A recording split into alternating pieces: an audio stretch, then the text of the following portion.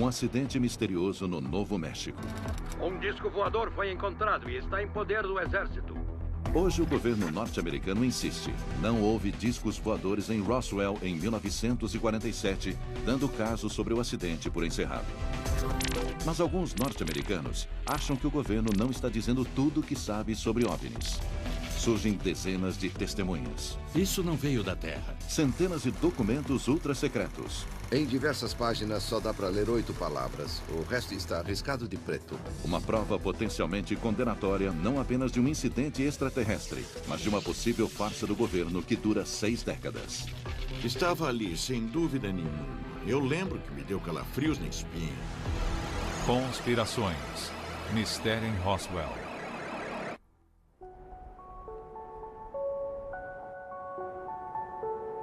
Para um pequeno, mas dedicado grupo de pesquisadores de OVNIs, este rancho num terreno árido a noroeste de Roswell, no Novo México, é um território sagrado. Segundo eles, é o local da queda de uma ou mais naves extraterrestres aqui na Terra no começo de julho de 1947. Eu acho que houve uma possível colisão no ar que resultou em uma nave explodindo de um lado com muitos destroços espalhados e a outra nave caindo quase intacta. Hoje, aquele caso mais conhecido como o incidente em Roswell é lenda. Mas jamais saberíamos de Roswell não fosse por Stan Friedman, um ex-físico nuclear que se tornou pesquisador de OVNIs. Depois de passar quase 30 anos investigando o incidente, caçando dezenas de testemunhas-chave e analisando documentos ultra-secretos, Friedman está convencido de que o governo norte-americano tenha encoberto a queda do OVNI. Esta é sua prova. Tudo começou em 1978, após uma palestra sobre OVNIs, quando alguém perguntou se ele conhecia um ex-oficial da inteligência militar, Jesse Marcel. Investigador brilhante que sou, perguntei, quem é ele? Eu nunca ouvi falar. Ah, ele pegou alguns destroços do disco em que você está interessado. O quê? Friedman vai atrás de Marcel, na Louisiana, e ouve a história fantástica sobre o dia em que Marcel ajudou a recuperar uma nave extraterrestre. Havia fragmentos espalhados por toda a área, centenas de metros de largura por quase 1 quilômetro de comprimento. Então, o Jesse conta a história que saiu nos jornais do mundo todo. Mas ele não lembra a data exata. E conta como ele levou os destroços para Fort Worth, no Texas. E disseram para ele não falar nada. Friedman confirma no jornal de Roswell. E, de fato, lá está. 8 de julho de 1947. A Força Aérea de Roswell captura um disco voador. Foi uma coisa sensacional. Manchetes de primeira página, não apenas no Roswell Daily Record, que é um jornal pequeno, mas nos jornais da costa oeste, como Los Angeles Herald Express, e por aí vai. Mas a história não para aí. Um dia depois, um boletim dos militares norte-americanos diz que os destroços não pertenciam a um OVNI, mas sim a um balão meteorológico. Mas agora, 30 anos depois, eis que Marcel conta a Friedman que a história do balão era falsa. Parte de uma farsa do governo norte-americano. De uma coisa eu tinha certeza, conhecendo todas as atividades aéreas, não era balão meteorológico, nem aeronave, nem míssil. Era outra coisa e nós não sabíamos o que era. Nas semanas que se seguiram ao incidente em Roswell, o país é tomado pela febre do OVNI, após um piloto comercial relatar que viu 9 objetos estranhos sobrevoando o estado de Washington. Ele não descreveu o formato, ele descreveu as características do voo, quando ele disse que agiam como discos, boiando ou batendo na água. E assim o termo disco tornou-se rapidamente um ícone, um termo para designar objetos voadores não identificados. Surgem centenas de avistamentos de discos, principalmente no Novo México, lar de testes ultra-secretos de foguetes V2 e armas atômicas. A cidade de Roswell é a base do Esquadrão 509, único bombardeiro atômico do mundo. Se extraterrestres se interessassem por qualquer coisa que ocorresse neste planeta, eles iriam direto para o Novo México. Conforme segue a história, na noite fatídica de julho de 1947, uma forte tempestade elétrica cai sobre Roswell. No deserto, o rancheiro Mac Brazel dorme em sua pequena cabana. Houve uma grande tempestade elétrica. E ele ouviu o que pensou ser uma explosão, pois não parecia um trovão.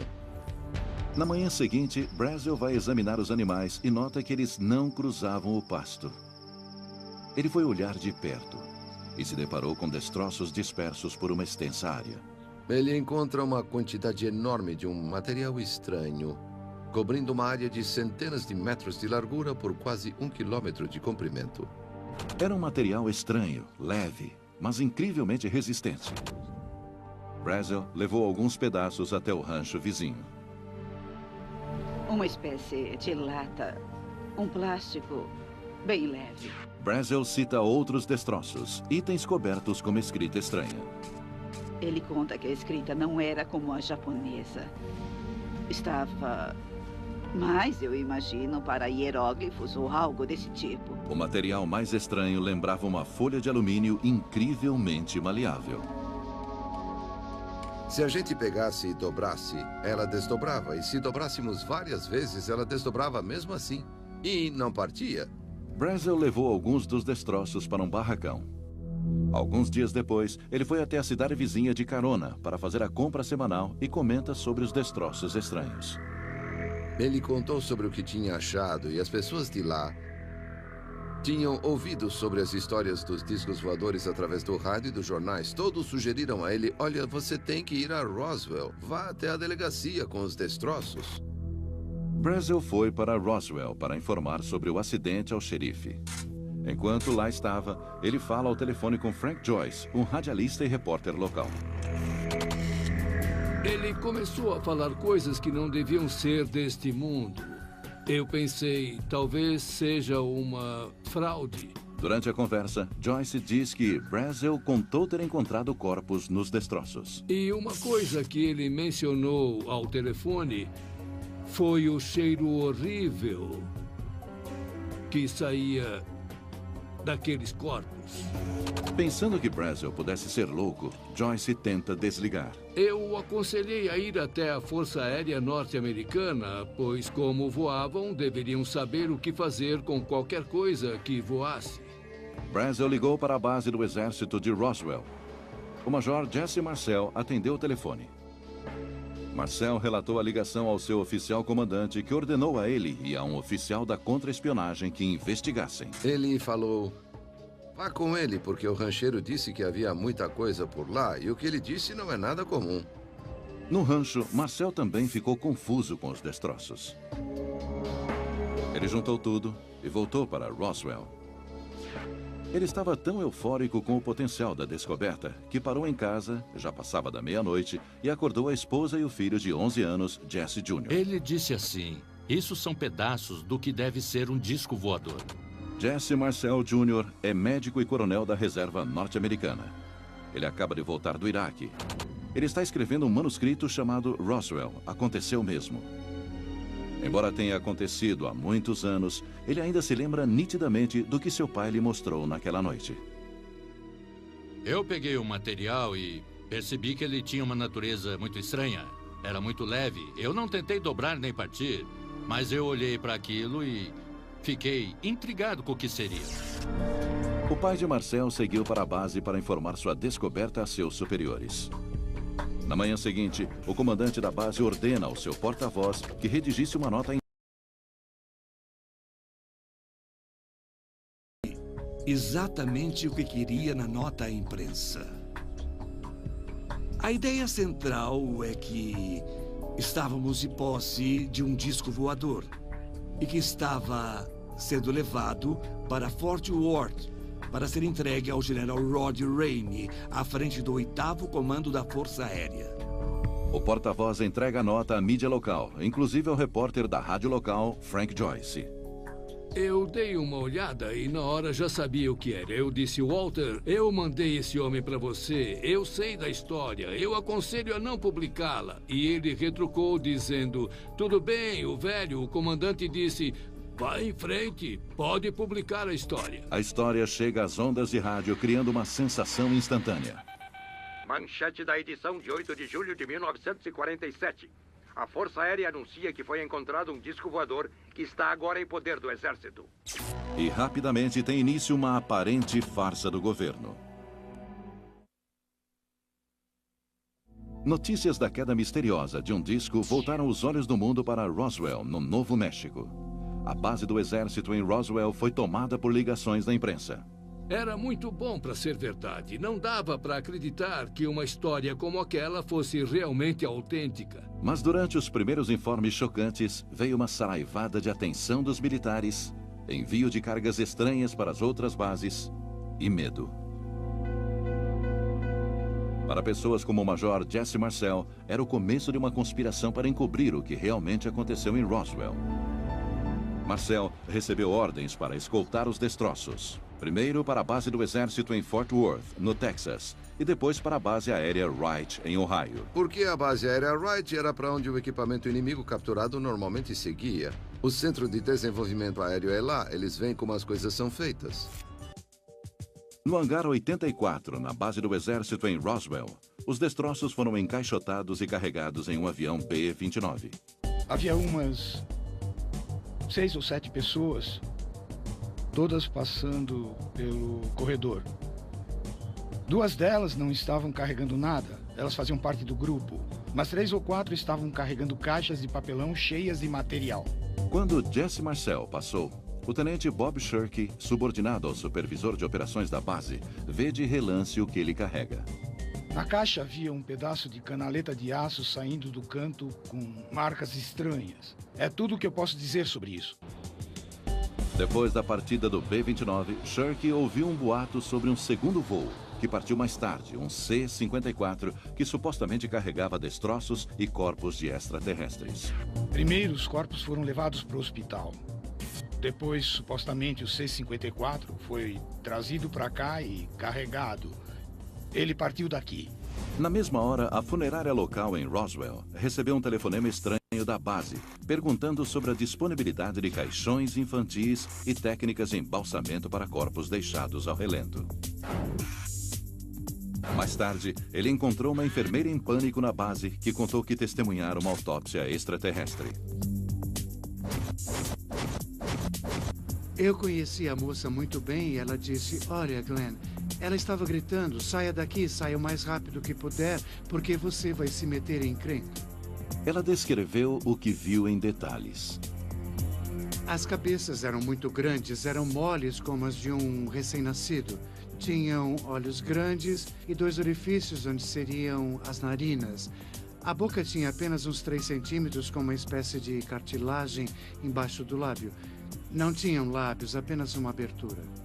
A descrição dos corpos coincidia com as dos demais que alegam ter visto os corpos. Era cinza esverdeado, com uma cabeça grande, olhos grandes e pretos. Mas foram os destroços que logo apontaram para uma farsa do governo. Quando Marcel e sua carga estranha chegaram ao Texas, o general de brigada Roger Rumey, do 8º Regimento da Força Aérea, estava esperando para inspecionar os destroços. O general pediu a Marcel para entrar em uma sala e mostrar no mapa onde eles haviam sido encontrados.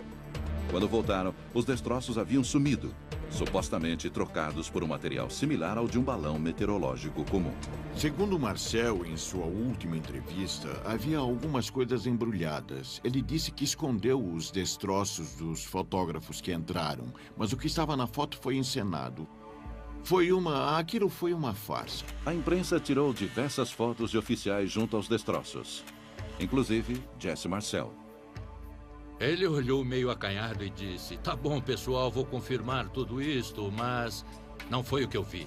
Anos depois, Stan Friedman acreditou ter confirmado a farsa ao conseguir uma declaração assinada do tenente-general que dizia: a versão do balão meteorológico foi para desviar a atenção da imprensa e ocorreu sob ordem direta do subcomandante do Comando de Estratégia Aérea em Washington, capital federal. Ele deu 3 ordens. Eu quero que você mande alguns destroços que estão aqui hoje com um de seus mensageiros. Eu quero que tire a imprensa do nosso pé, não importa como. E não quero que fale disso nunca mais, nem com seu amigo Roger Ramey. A suposta farsa funcionou. Um dia após a divulgação da notícia fantástica, a mídia e o público engoliram a nova versão. Na época, as pessoas acreditavam nos militares. Foi logo depois da Segunda Guerra Mundial e os militares tinham nos salvado do fascismo. Depois das fotos forjadas, os destroços foram levados para um destino desconhecido, enquanto Marcel recebeu ordens para voltar para Roswell e esquecer todo o incidente. Quando ele voltou, chamou minha mãe e a mim e disse: olha, gente, não vamos falar mais disso. Encarem como se nada tivesse acontecido. Vocês podem até não esquecer, mas não fale mais sobre isso, nem mesmo com os amigos. E não falamos. Outros também foram supostamente pressionados a ficarem calados ou mudarem suas versões. Poucos dias depois da sessão de fotos, o rancheiro Mac Brazel faz uma visita a Frank Joyce na estação de rádio. Ele disse: depois que saí daqui, eu descobri que o que eu te contei do rancho estava errado. O acidente foi com um balão meteorológico. Mas Joyce descobriu a lorota de Brazel ao perguntar sobre o que havia acontecido com os corpos. Eu disse: mas e o que as pessoas andavam falando ultimamente? Corre por aí que eram homenzinhos verdes. E ele comentou em voz baixa: eles não eram verdes. Depois que os destroços do suposto OVNI foram identificados como sendo um simples balão meteorológico, o interesse pelo incidente em Roswell mingou e logo foi esquecido por completo. Mas os diretamente envolvidos nesse drama, como o Major Jesse Marcel, nunca esqueceram. Não era um balão meteorológico, nem aeronave, nem míssil. Era outra coisa e nós não sabíamos o que era. O filho de Marcel lembra que seu pai se mantinha incisivo, apesar de ocultarem a verdade. Eu me lembro dele explicando depois de participar da farsa porque havia concordado com a história. Publicamente, mas a portas fechadas não. Até o dia da sua morte, ele achava que aquilo não podia ter partido da Terra. Segundo o pesquisador Stan Friedman, os militares norte-americanos também não esqueceram o incidente. Em vez disso, Roswell se tornou plataforma para o que ele chama de Watergate cósmico, uma conspiração do governo para ocultar a verdade sobre os OVNIs. Está claro que havia pessoas no governo levando isso a sério. E também está claro que eles fizeram uma tentativa consciente de encobrir as coisas. Algumas semanas após o incidente em Roswell, foi criado o Conselho de Segurança Nacional, um grupo de aconselhamento super secreto do presidente. Obviamente, os OVNIs eram um assunto para o Conselho de Segurança Nacional. E isso passou por cima da Constituição, do Congresso, da mídia e do público. Foi aí que o tema OVNI se tornou escuro e sombrio. Estou aqui para falar dos supostos discos voadores. Ainda em 1947, a Força Aérea Norte-Americana criou o que viria a ser chamado de Projeto Livro Azul. Um programa para rastrear todos os avistamentos de OVNIs na nação. O interesse da Força Aérea nessa questão é identificar e analisar da melhor forma possível tudo no ar que possa significar algum risco ou ameaça aos Estados Unidos. Muitos avistamentos foram informados e Friedman alegou que os militares emitiam ordens especiais em resposta. Pilotos da Força Aérea receberam ordens no verão de 1952 para abater OVNIs, se eles não pousassem depois de ordenado. E temos o general Roger Ramey, na época general de divisão e um dos protagonistas na história de Roswell, dizendo: nós enviamos jatos atrás de discos centenas de vezes. A Força Aérea investigou mais de 12 mil avistamentos em 22 anos. Até hoje, 700 continuam sem explicação. Mas para os que acreditam em Roswell, o verdadeiro propósito do Projeto Livro Azul não é encontrar OVNIs, e sim desbancar sua existência. Conseguimos explicar os OVNIs como sendo fraudes, aeronave amiga identificada erroneamente, fenômenos meteorológicos ou eletrônicos, ou até mesmo distorções da luz. Tudo o que foi relatado podia ser de algum modo explicado como o planeta Vênus, uma aeronave não identificada, satélites ou gases do pântano, o que desse para inventar. O Projeto Livro Azul foi arquivado em 1969, depois que a Força Aérea decidiu que os OVNIs não eram uma ameaça à segurança nacional. Mas segundo Jim Marrs, o governo nunca parou de pesquisá-los.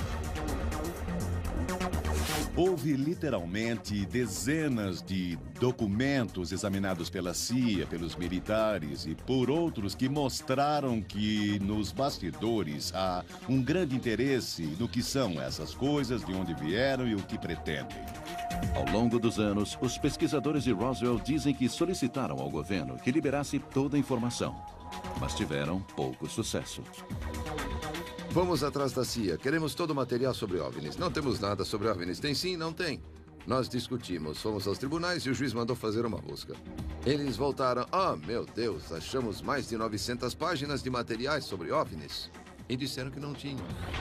Mesmo quando documentos eram liberados, como essa declaração da Agência Nacional de Segurança, eles eram totalmente censurados.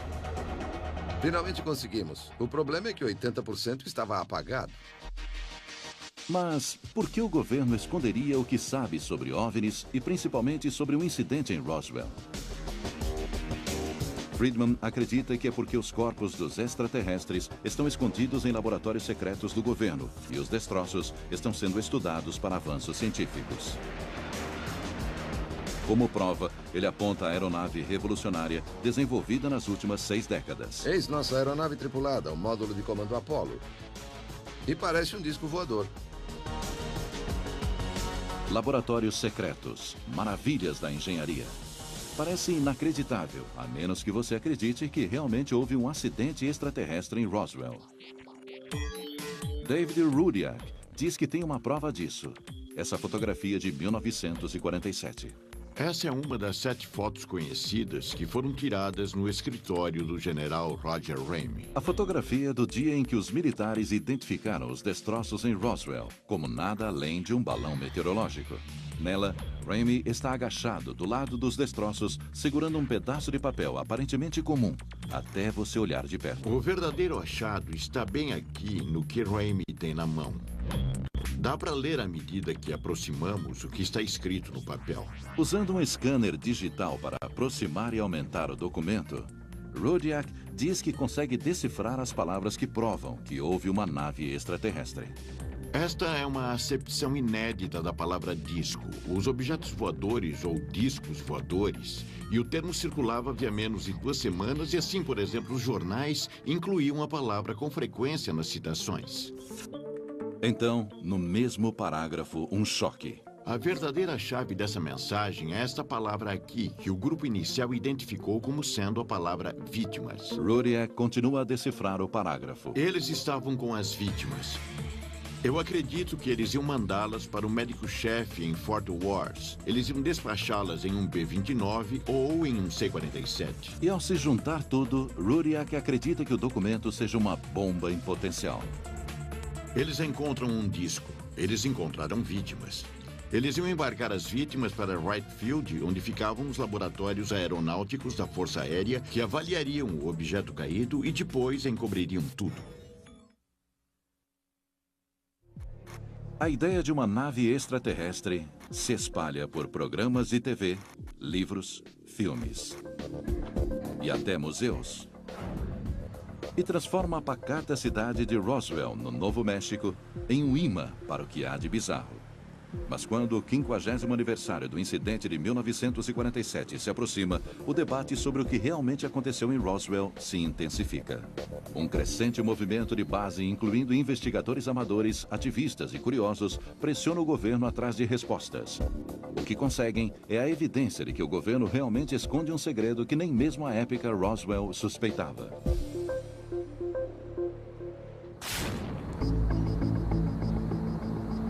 Em 1993, Ken Jeffrey decidiu se juntar à legião de detetives amadores na esperança de descobrir a verdade sobre Roswell. E quando me dei conta, eu estava metido até o pescoço. Jeffrey passou muito tempo nos céus como piloto de aviação comercial, durante 30 anos, com um amor pelo espaço e fascinação por OVNIs. Para ele, Roswell é o marco zero para provar que OVNIs existem. Eu percebi que se esse incidente de fato tinha acontecido, valeria a pena ir atrás, pois seria a história do milênio. Jeffrey tem uma ligação especial com Roswell Seu pai foi coronel da Força Aérea e trabalhou com o comandante do Esquadrão 509 de Roswell. Jeffrey logo ficou sabendo das testemunhas que alegavam ter visto destroços estranhos e contavam histórias sobre corpos extraterrestres. Eu fiquei sabendo, através de um dos escritores e pesquisadores de Roswell, sobre um número de testemunhas secretas que tinham medo da represália do governo caso se apresentassem, e foi aí que eu pensei, bom, algo tem que ser feito sobre isso. Seu primeiro passo, a Declaração de Roswell, uma solicitação abrangente assinada por astronautas, cientistas e militares. 20 mil pessoas pedindo ao governo para contar o que sabe sobre Roswell. A declaração era um pedido não apenas para liberar qualquer informação sobre Roswell, mas para liberar qualquer informação que o governo possa ter referente a OVNIs ou a inteligência extraterrestre. Jeffrey consegue a ajuda de um deputado do Novo México que também pressiona atrás de respostas. O que reivindico é que o governo torne público todos os registros sobre o incidente em Roswell. Ou, se foram destruídos, expliquem quem os destruiu, sob ordem de quem e quando. Em 1994, pressionada, a Força Aérea designa o tenente-coronel Richard Weaver para assumir um inquérito. Weaver diz que reviraram tudo e descobriram um segredo chocante. Nós revisamos todos os registros que pudemos encontrar naquela época. Procuramos explicações plausíveis para o que pode ter acontecido. Consideramos um acidente nuclear, consideramos a queda de um míssil desgovernado, consideramos a queda de uma aeronave e também consideramos a possibilidade de um evento extraterrestre que o governo simplesmente não admitiu. Em seu relatório em 1994, Fato versus Ficção no Deserto do Novo México, Weaver encontrou algo que o governo não queria que as pessoas soubessem. Algo que ele agora acredita ser a verdade sobre o que aconteceu naquela noite em 1947. O relatório diz, se houve uma farsa, não é sobre um disco voador vindo do espaço, mas o código de um projeto militar ultra secreto chamado Mogul.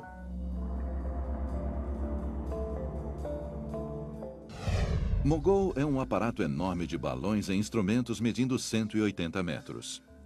Ele foi projetado para detectar testes nucleares soviéticos, uma das questões mais sérias nos idos da Guerra Fria. O projeto era tão secreto que muitos que trabalhavam nele sequer sabiam seu nome. Ele foi quase tão secreto quanto o próprio Projeto Manhattan. Charles Moore, engenheiro do projeto Mogul em 1947, hoje é professor universitário aposentado. Moore acredita que os relatórios sobre discos voadores e outros destroços no rancho de Brazel descrevem na realidade seu balão número 4. Ele foi lançado em junho a 80 quilômetros a favor do vento.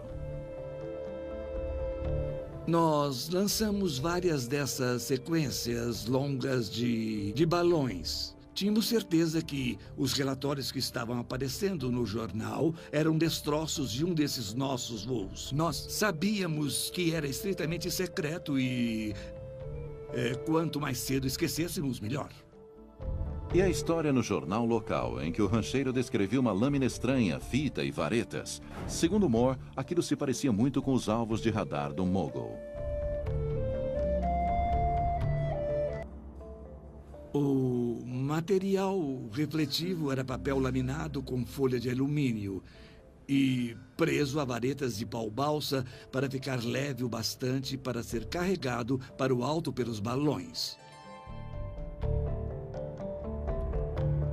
Moore explica até os hieróglifos extraterrestres que o oficial da inteligência Jesse Marcel e seu filho afirmam ter visto nos destroços. Os alvos que usamos eram reforçados com fita adesiva na qual foram impressas figuras abstratas curiosas, quadrados, triângulos e letras gregas. Mas como Jesse Marcel, um oficial da inteligência com treinamento em alvos de radar, poderia confundir o que ele viu com uma nave extraterrestre? Acho que ele nunca tinha visto balões tão grandes assim. Moore diz que os balões expostos no sol do deserto teriam escurecido e mudado sua aparência. Depois de uma semana no solo, os balões não pareceriam mais balões. E tem mais. Suponhamos por um momento que os destroços de Roswell fossem realmente extraterrestres. Até a Força Aérea afirma que isso seria um acontecimento marcante. Marcante o suficiente que deixaria algum rastro em papel, alguma evidência.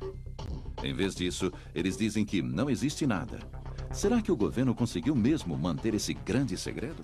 O coronel Weaver crê que não. Alguém teria que mudar literalmente milhares, se não milhões de registros e ocultar diversas informações tais como horários de voo, planos de voo, todo tipo de burocracia rotineira para desmentir o fato de que algo muito importante aconteceu.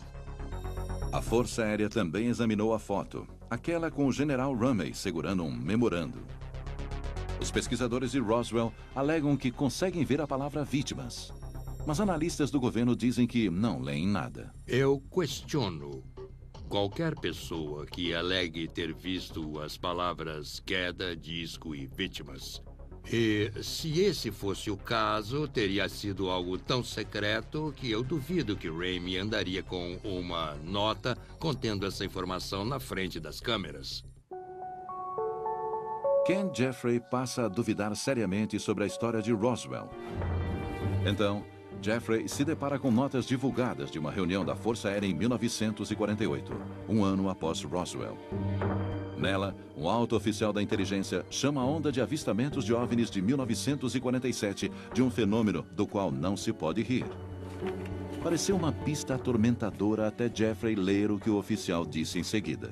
Ele disse, não sei lhes dizer o quanto daríamos para que esses incidentes ocorressem em uma área onde pudéssemos recolher seja lá o que for. Longe de confirmar a existência de uma nave extraterrestre, o coronel simplesmente torce para que tais coisas existam e deseja poder pôr a mão em uma delas. Para Jeffrey, é uma revelação chocante, mas ele ainda continua procurando. Ele busca outras pessoas que podem saber algo a respeito. Membros do Esquadrão 509, com base em Roswell em 1947. E, por fim, eu falei com 15 ex-pilotos de B-29 e 2 ex-navegadores de B-29 e todos eles sentiam que o assunto dos OVNIs era completamente ridículo. A seguir, Jeffrey encontrou 2 oficiais de alto escalão na base aérea que recebeu os destroços que foram levados de Roswell.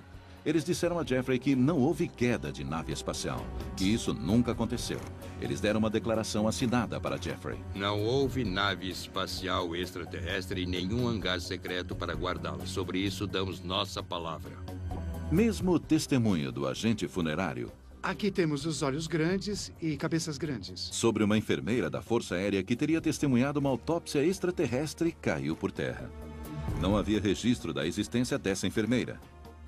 Passados mais de 3 anos sem respostas, Jeffrey fez uma visita ao professor Charles Moore, engenheiro do projeto Mogul.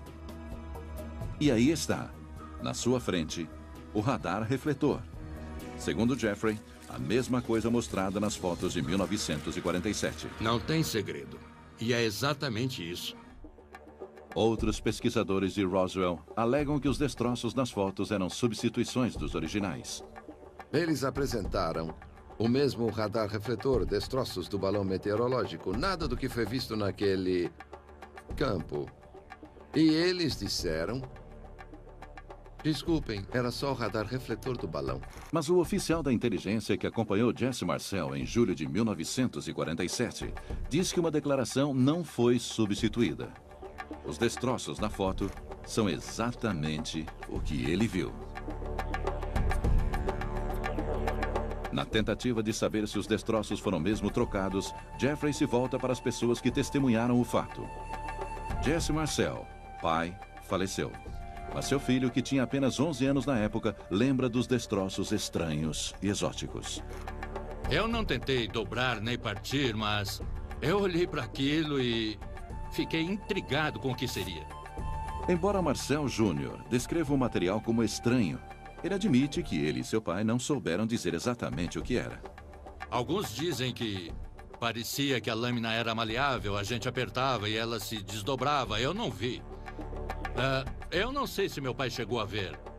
Jeffrey acredita que é porque os destroços não são tão estranhos assim. Mito urbano. ou lenda urbana, seja lá o que for, a história cresceu tremendamente através dos anos, pois o material não podia ser amassado com uma marreta, não podia ser queimado e assim por diante. Eu acho que era velha e simples folha de alumínio, pois era isso que usavam para cobrir os radares e refletores. Mas Jeffrey quer ter certeza que cobriu todos os pontos.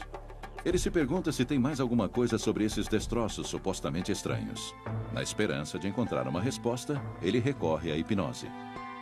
Vou fazer mais uma coisa. Vou tocar seu pulso por um momento e... Ele quer usar a técnica do coronel Jesse Marcel Jr., que viu os destroços do acidente levado para casa por seu pai. Está bem. Talvez Marcel conseguisse se lembrar de mais alguns detalhes do que seu pai lhe mostrara naquela noite de 1947. Se a hipnose pudesse ter trazido alguma informação reprimida anteriormente em sua mente com respeito ao material estranho, então haveria uma razão para ser otimista. Talvez houvesse alguma coisa em tudo isso. A hipnose é um fracasso. Marcel não apresenta nenhuma informação nova. Arranque na marra. Jesse só lembrava o que já lembrava conscientemente. Alguns pedaços de material laminado, um pouco de material plástico ou resina e uma vareta curta com algumas marcas incomuns. Isso só reforça a teoria de Jeffrey, que o que Jesse Marcel Jr. viu no chão de sua casa na cozinha em 1947 eram restos de um radar refletor do projeto Mogul. Para mim, esse foi um tiro de misericórdia no caso da queda do objeto.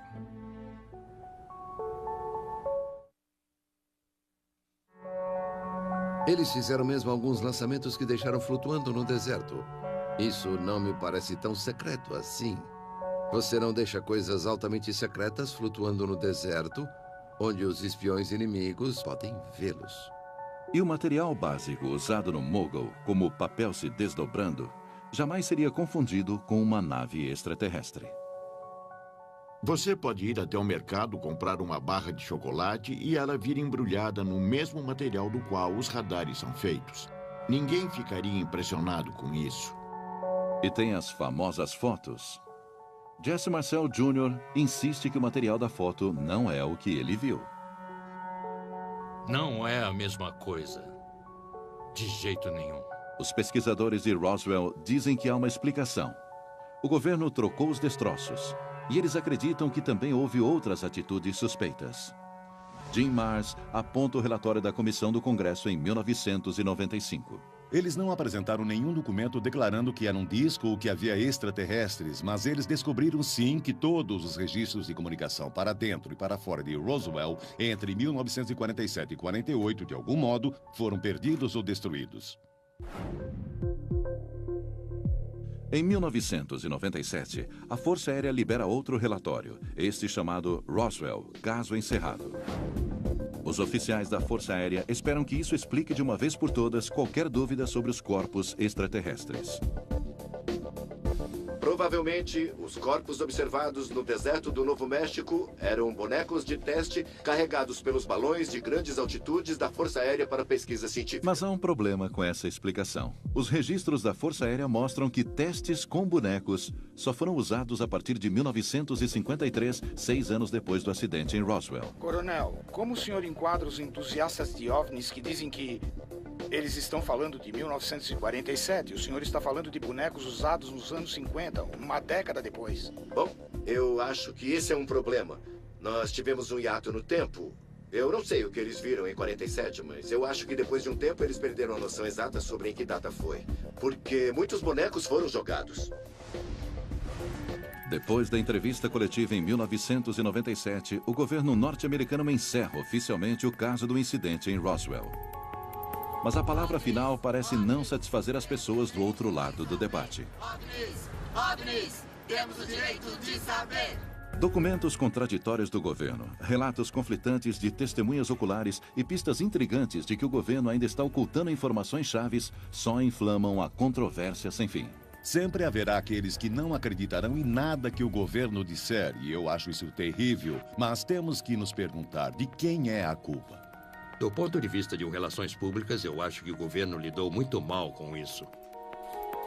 Mas mesmo lidando mal, Ken Jeffrey acredita que até agora o governo tem a versão mais convincente sobre o que caiu na Terra em Roswell.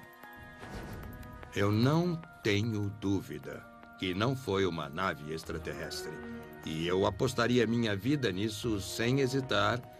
E olhe que foi uma grande decepção para mim. Some-se ao ceticismo de Jeffrey e de muitos outros o fato de que, ao longo dos anos, muitas pistas boas não deram em nada. De testemunhas desacreditadas, até documentos quentes comprovadamente falsos. E ainda o crescente número de locais de pouso extraterrestre no Novo México. Na última contagem, são 6 ao todo, inclusive aqui em Hubcorns Ranch, que cobra entrada. Supõe-se que havia 5 corpos. Temos de enfrentar o barulho para chegar ao sinal. A natureza é assim. É como a sociedade e é como as pessoas são.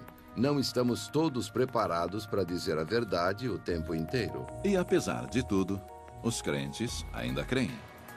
O exército chegou e acobertou. Eles continuam convencidos de que Roswell é um segredo mal explicado, enterrado sob décadas de fraudes, mentiras e farsas. Para Jim Marrs, a prova está em todas as pessoas que se apresentaram para dizer que testemunharam o incidente em primeira mão.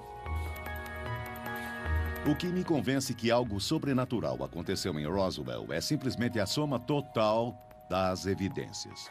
Para Stan Friedman, a prova também está lá. Lá em cima, no céu. O que me fascina é que existem estrelas bilhões de anos mais velhas do que o Sol. Que arrogância pensar que nós somos os bons do pedaço. A maioria das pessoas não acha isso.